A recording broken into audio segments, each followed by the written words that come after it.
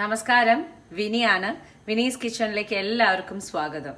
ഇന്ന് നമ്മൾ ഉണ്ടാക്കാൻ പോകുന്നത് പാലക്കാടിന്റെ സ്പെഷ്യൽ, അതേമാതിരി നമ്പൂതിരി ഫാമിലിയിൽ ഏറ്റവും കൂടുതൽ സ്പെഷ്യലായിട്ട് കരുതുന്ന ഒരു കറിയുണ്ട്.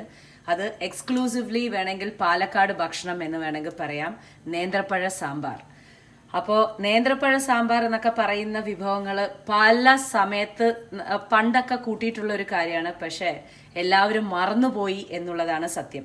പണ്ടൊക്കെ കല്യാണങ്ങളിൽ ഇത് വളരെ പ്രധാനപ്പെട്ട ഒരു വിഭവമായിട്ട് വിളമ്പിയിരുന്ന ഒരു സംഭവമാണ്.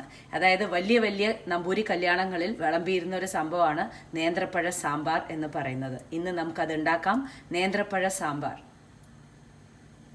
അപ്പൊ സാമ്പാറിന് രണ്ട് രീതിയിലാണ് നമ്മൾ രണ്ട് പ്രോസസ്സിലൂടെയാണ് പോണത്. ആദ്യം നമ്മൾ തേങ്ങയും, എൻ്റെ എന്താ പറയാ പാലക്കാടൻ സാമ്പാർ റെസിപ്പിയിൽ ഞാൻ തേങ്ങയും സാമ്പാർ പൊടിയും കൂടി വറുത്തില്ലേ, അതന്നെയാണ് ഇപ്പൊ ചെയ്യാൻ പോകുന്നത്.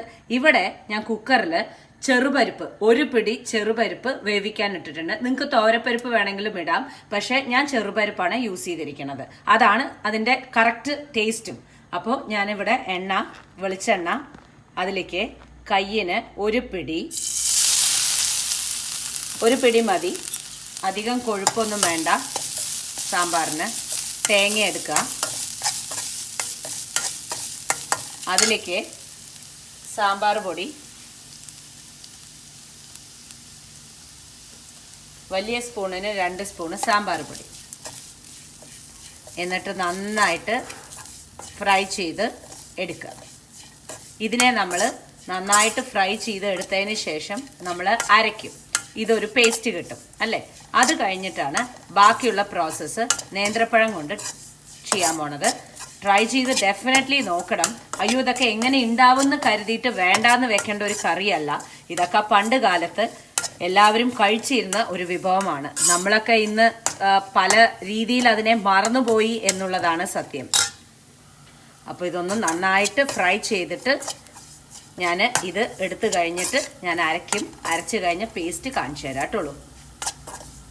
ഇപ്പോൾ നമ്മൾ നെക്സ്റ്റ് പ്രോസസ്സ്, മറ്റേത് നമ്മൾ വറുത്ത് അരക്കുകയാണല്ലോ. അത് കഴിഞ്ഞ് അടുത്ത പ്രോസസ്സ് എന്ന് പറയണത്, ഒരു നാരങ്ങ വലുപ്പത്തിലുള്ള പുളി എടുത്ത് കുതിർത്ത് അതിൻ്റെ പേസ്റ്റാണിത്. ഞാൻ പൊതുവെ പുളിയുടെ പേസ്റ്റാണ് ഉപയോഗിക്കുക എന്ന് പറയണ്ടായിരുന്നു. ഒരുപാട് പേര് എൻ്റെ അടുത്ത് ചോദിച്ചു, ഈ പുളിയുടെ പേസ്റ്റ് എവിടുന്നാ എനിക്ക് കിട്ടണേന്ന്. എല്ലാ സൂപ്പർ മാർക്കറ്റിലും ഉണ്ട്. ഞാൻ വാങ്ങിച്ചത് ഈസ്റ്റേൺ ബ്രാൻഡിന്റെയാണ്. പല ബ്രാൻഡിന്റെ ഉണ്ട്, പുളിയുടെ പേസ്റ്റ് ആയിട്ട് തന്നെ കിട്ടുന്നുണ്ട്. വളരെ സഹായമാണ്. ഇങ്ങനെ അവിടെ എൻ്റെ പരിപ്പ് വേവാണ്. അപ്പോൾ അത് പുളിയുടെ പേസ്റ്റ്, അതിലേക്ക് നമുക്ക് കറിക്ക് ആവശ്യമുള്ള വെള്ളം. അപ്പം ഒരു നാരങ്ങ വലുപ്പത്തിലുള്ള പുളിയാണ് ഞാൻ എടുത്തിരിക്കുന്നത്. അതിലേക്ക് വീണ്ടും നമ്മൾ 1 കപ്പും കൂടി വെള്ളം ഒഴിച്ചു. വെള്ളം ഒഴിച്ചിട്ട് ഈ പുളിവെള്ളം അതിൻ്റെ കൂടെ നന്നായിട്ട് പഴുത്തിട്ടുള്ള നേന്ത്രപ്പഴം ഇതെല്ലാം ഇടുക. ഇതാണ് നമ്മുടെ കഷ്ണം, സാമ്പാറിൻ്റെ കഷ്ണല്ലേ, അതാണ് ഇത് ഇട്ടുള്ളൂ. അപ്പോൾ ഇത് നന്നായിട്ട് ഈ പുളിവെള്ളത്തിൽ ഈ നേന്ത്രപ്പഴം, നന്നായി പഴുത്ത നേന്ത്രപ്പഴമായിരിക്കണം. ചെറിയ രീതിയിൽ പോലും പച്ച പാടില്ല, നന്നായി പഴുക്കാൻ വെക്കുക. എന്നതിന് ശേഷം ഇതിലേക്ക് മഞ്ഞപ്പൊടിയും മുളക് പൊടിയും ഉപ്പും കൂടി ഇടണം. ഇപ്പം ഞാൻ ഇതിൽ ഉപ്പിടാണ്. വേണ്ടത് ഇപ്പിടാം, പിന്നെ നോക്കിയിട്ടിടാം. ഓക്കെ. ഇനി മഞ്ഞപ്പൊടി മുളക് പൊടി, മഞ്ഞപ്പൊടി,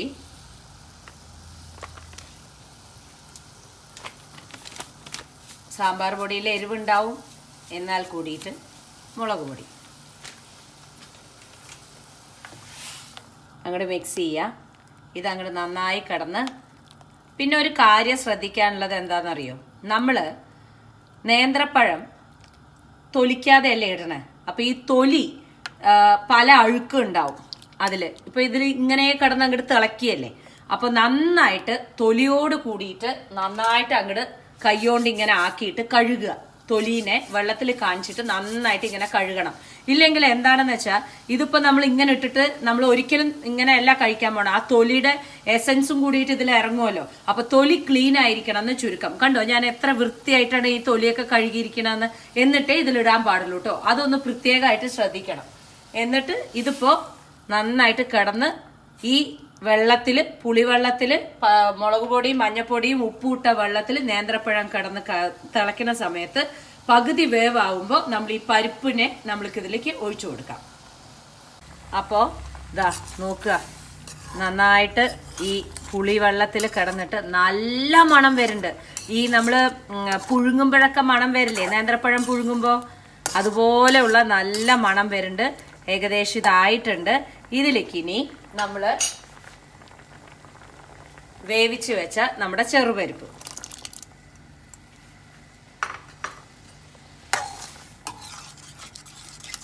തോരപ്പരിപ്പ് ഉപയോഗിച്ചോളൂ, വിരോധമില്ല. കടലപ്പരിപ്പ് ഉപയോഗിച്ചോളൂ, വിരോധമില്ല. പക്ഷേ മുത്തശ്ശിയൊക്കെ ഉപയോഗിക്കണം കണ്ടിരിക്കുന്നത് ചെറുപരിപ്പാണ്. അതുകൊണ്ടാണ് ഈ ചെറുപരിപ്പിൻ്റെ മണമാണത്ര ഈ സാമ്പാറിന് വളരെ സ്പെഷ്യാലിറ്റി തരിക എന്ന് പറയണ കേട്ടിട്ടുണ്ട്. അപ്പോൾ ഞാൻ പിന്നെ മാറ്റി നോക്കിയിട്ടില്ല ഇതുവരയ്ക്ക്. അതുകൊണ്ട് ഇപ്പം ഇതായില്ലേ. ഇനി നമ്മൾ നേരത്തെ വറുത്തരച്ച് വെച്ചിരിക്കുന്നത്, ഇതിപ്പോൾ കുറച്ച് കട്ടിയായിരുന്നു, ഞാൻ കുറച്ച് ഈ മിക്സിയിൽ കുറച്ച് വെള്ളം ഒഴിച്ചിട്ടൊന്ന് ഇളക്കി വെച്ചിരിക്കുകയാണ്. ഇതും കൂടി അങ്ങോട്ട് ഒഴിക്കുക. ഓക്കെ. എന്നിട്ട് ഇതൊക്കെ കൂടി കിടന്ന് നന്നായി അങ്ങോട്ട് തിളക്കട്ടെ.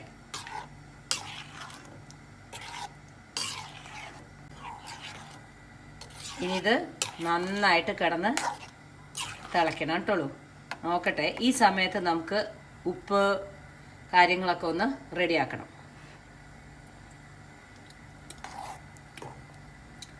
പുളിയുണ്ട്, ഉപ്പ് ഇപ്പം അറിയുന്നില്ല, കുറച്ച് കഴിഞ്ഞാൽ ആ എരിവൊക്കെ കൂടി വരുമ്പോൾ അറിയുമായിരിക്കും. തിളച്ച് കഴിഞ്ഞിട്ട് നല്ല എരിവുണ്ട്, സാമ്പാറിൻ്റെ കറക്റ്റ് ഇതായിട്ടുണ്ട്.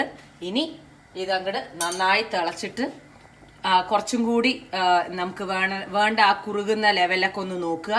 എന്നിട്ട് തിളയ്ക്കുന്ന സമയത്ത് വെള്ളം ഉപയോഗിച്ച് ഒഴിക്കണം എന്ന് തോന്നുകയാണെങ്കിൽ ഒഴിക്കാം. ആ സമയത്ത് ഉപ്പ് നോക്കിയിട്ട് ഞാൻ കറക്റ്റായിട്ട് ഇടുന്നതായിരിക്കും. ലേശം പഞ്ചസാരയും കൂടി നമ്മൾ ഇടും. ബിക്കോസ് ആ ഒരു ഇളം മധുരത്തോട് കൂടിയിട്ടാണ്, ശർക്കര ഇല്ലെങ്കിൽ പഞ്ചസാര, അത് അങ്ങനെയാണ് നമ്മൾ ഇതിനെ സെർവ് ചെയ്യണത്. അപ്പൊ ഇതൊന്ന് ആയിക്കോട്ടെ, ഇതിൽ കിടന്നിട്ട് ഈ മസാലയിൽ കിടന്നിട്ട് ഈ പഴം ഒന്നും കൂടി ആയിക്കോട്ടെ, ഉള്ളിലേക്ക് കംപ്ലീറ്റ് ആയിട്ട് അത് അബ്സോർബ് ആവട്ടെ. എന്നിട്ട് നമുക്ക് ഉപ്പൊക്കെ പിന്നെ നോക്കാം. ഇപ്പൊ ഇത് നന്നായി തിളക്കിണ്ട്, കുറുകിയിട്ടുമുണ്ട്. പക്ഷെ ഇത്ര കുറുകൽ വേണ്ട എനിക്ക്. നിങ്ങൾക്ക് ഈ ഒരു സ്റ്റൈൽ ഇഷ്ടമാണെങ്കിൽ എടുത്തോളൂ, കുഴപ്പമൊന്നുമില്ല. ഇപ്പോൾ ഞാൻ ഒന്ന് നോക്കട്ടെ. ഉപ്പ് വേണം.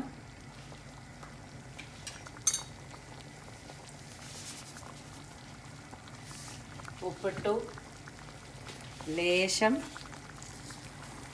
പഞ്ചസാര ഇല്ലെങ്കിൽ ശർക്കര, ഒരാളം മധുരം കിട്ടാൻ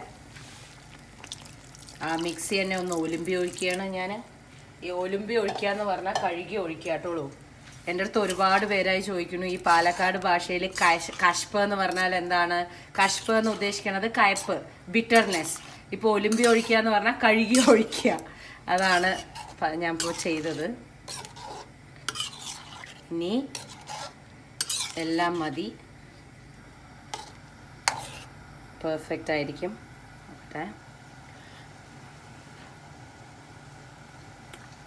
യെസ്.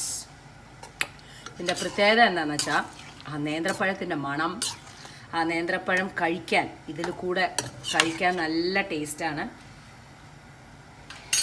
ഇത് ഇങ്ങനെ ഇതിലിരിക്കുമ്പോൾ തിളച്ചു ഓഫ് ചെയ്യൂ. ഇപ്പുറത്ത് ഞാൻ വെളിച്ചെണ്ണ 2 സ്പൂണ് ഒഴിച്ചിട്ടുണ്ട്. ഇതിലേക്ക് കടുക്, 2 മണി ഉലുവ, 1 നുള്ള് ജീരകം, കുറച്ച് കറിവേപ്പില,